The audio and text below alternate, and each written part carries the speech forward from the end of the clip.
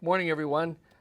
It's again the end of the week here at City Hall, as I do each week, each Friday, toward the end of the week. I try to get you some information on the things that have happened, as well as to provide you with some information for what you might expect in the coming week. A couple of things that are happening.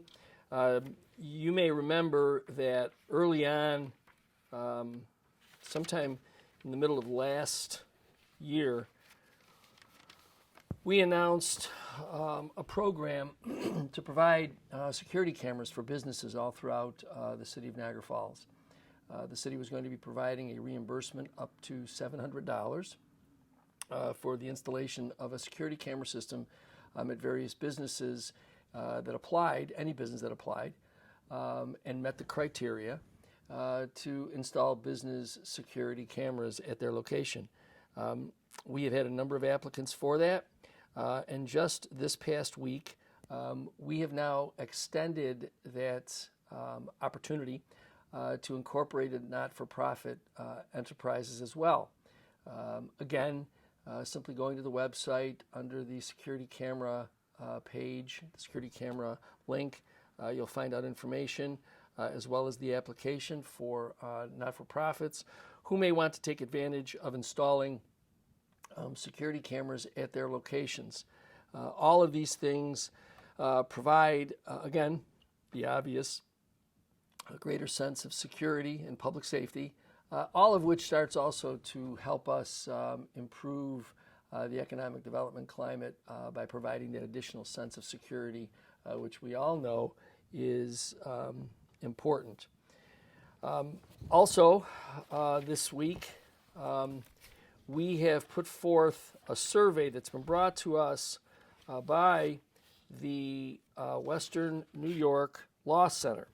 The Western New York Law Center has asked us to publish a survey, and you'll find it on our social media pages, asked us to publish a survey about your opinions. They're interested in your voice on the transit system here in the city of Niagara Falls to provide information so that the Western New York Law Center can go to the NFTA, the folks who operate the bus service here in the city, with additional information. If you're like me, you understand that we could really use more service, we could use more effective routes. Obviously, the city doesn't control it. Every opportunity that I have to weigh in on expanding and improving service here, we do. I know that many of our residents who have transportation challenges rely upon bus service for their transportation, and so the greater amount of service we can achieve, the better. So if you do have the time, please take the time to take the survey. Your voice is important. It will help improve, we hope it will help improve the transportation service that we are offered here in the city of Niagara Falls. Something, too, that I want to promote today, in our 6th year, Food Truck Thursdays will be starting this summer again. The first day is June 1st. They will run from the 1st of June to August 31st. These are just fun opportunities on a Thursday afternoon to get out and to enjoy some good food with the food trucks that come out. We have a number of fabulous enterprises that are going to be coming down there. Some of the regulars, Fat Bob's, Dirty Bird, some of the regulars, J&L Barbecue, and some new ones too as well. So you'll want to get down there to not only enjoy the food, but there's also entertainment. There'll be music as well. I want to thank Alan Booker. You know, he continues to shepherd this project through. It has grown from sort of a little activity back 6 years ago to now, you know, quite an impressive several-month operation. So congratulations to his hard work getting out there, getting the vendors, getting the food trucks, getting some sponsorships and the entertainment. I think all of us who have gone down there have enjoyed it. So please, it'll start on June 1st. Mark your calendar. Every Thursday from June 1st to August 31st, Food Truck Thursdays out at the train station.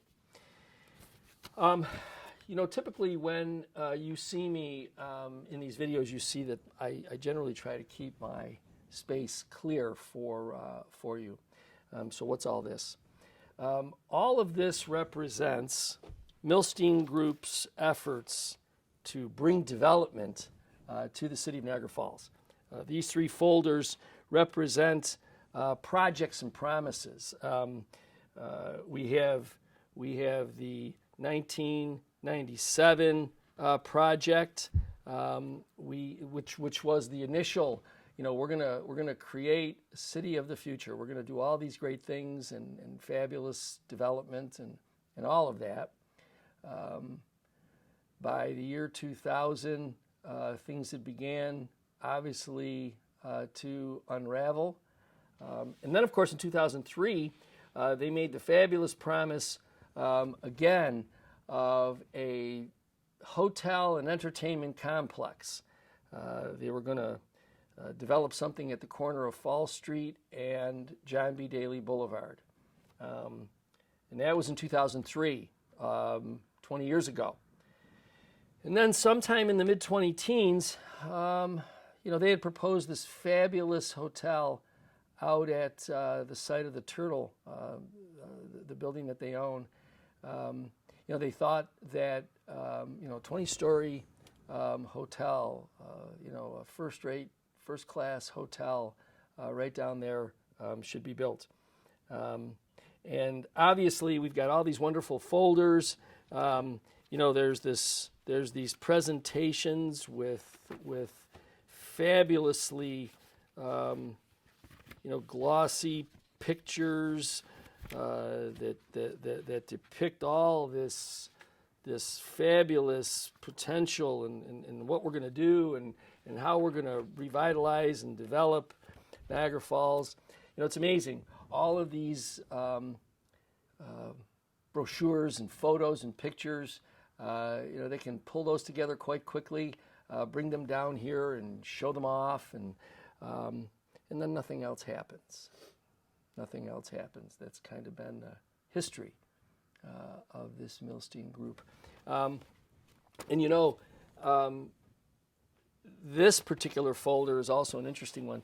This is the one where they make application to reduce their property taxes and shift the property tax burden to you and to me.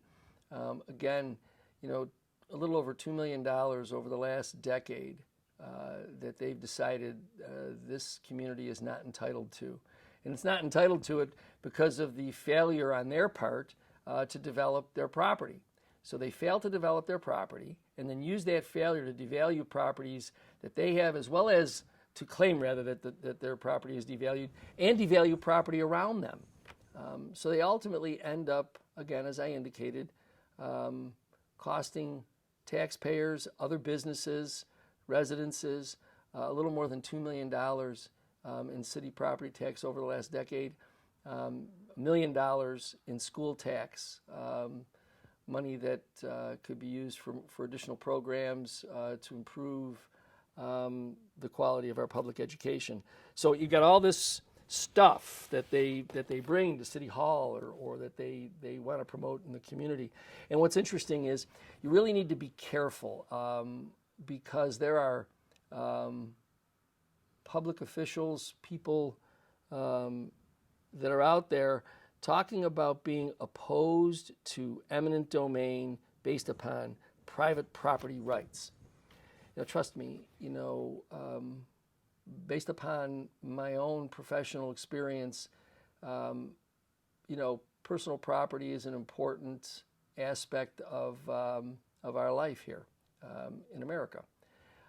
And certainly I respect that as well. But I guess the interesting thing is that, we've had all these promises and we've had all these glossy pictures and all of this stuff. And now that the city wants to, sort of take responsibility for its own future and say enough is enough after 25 plus years of nothing, that you've had this property and have done nothing with it. our efforts to try and move in a direction, it's sort of a hypocrisy to say that somehow or another we need to protect, their interest, and that eminent domain shouldn't be used. So be careful when you start listening to public officials or individuals who are out now in the public discussion. Remember, when they start saying that, they're really wanting to support an entity that has done nothing to help this community. They, like the Milstein Group, believe that it's important to allow these property owners to do nothing, deprive the community of development, deprive the community of improvement, deprive the community of tax revenue for their own personal interest. Because you have to wonder, what would make somebody say that what the Milstein Group is doing is good? So you have to ask yourself the question, if that's what they're promoting, there must be something in it for them. So what's in it for them?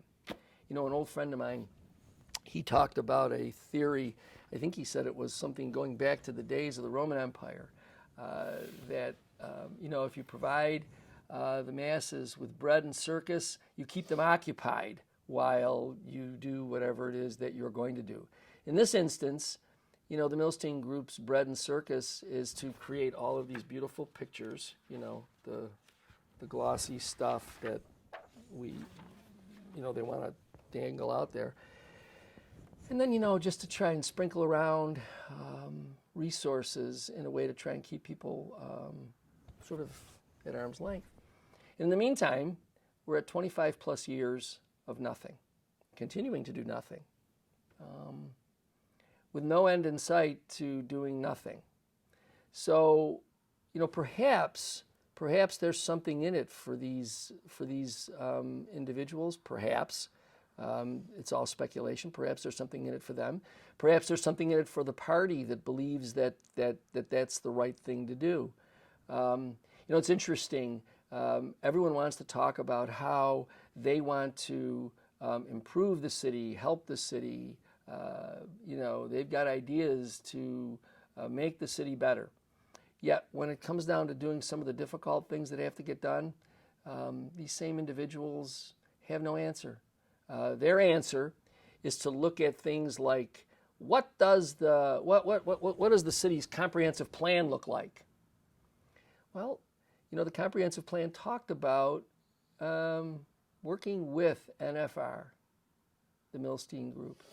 So earlier last year, not once but twice, did our administration work or make an effort to work with the Milstein Group on a two-project solution. All of those efforts have been rebuffed by them, by the Milstein Group. That really speaks, I think, again, to the fact that, we like to put out all of these fabulous displays and make all of these bold claims. But when it comes right down to doing something, there's really no interest in doing that.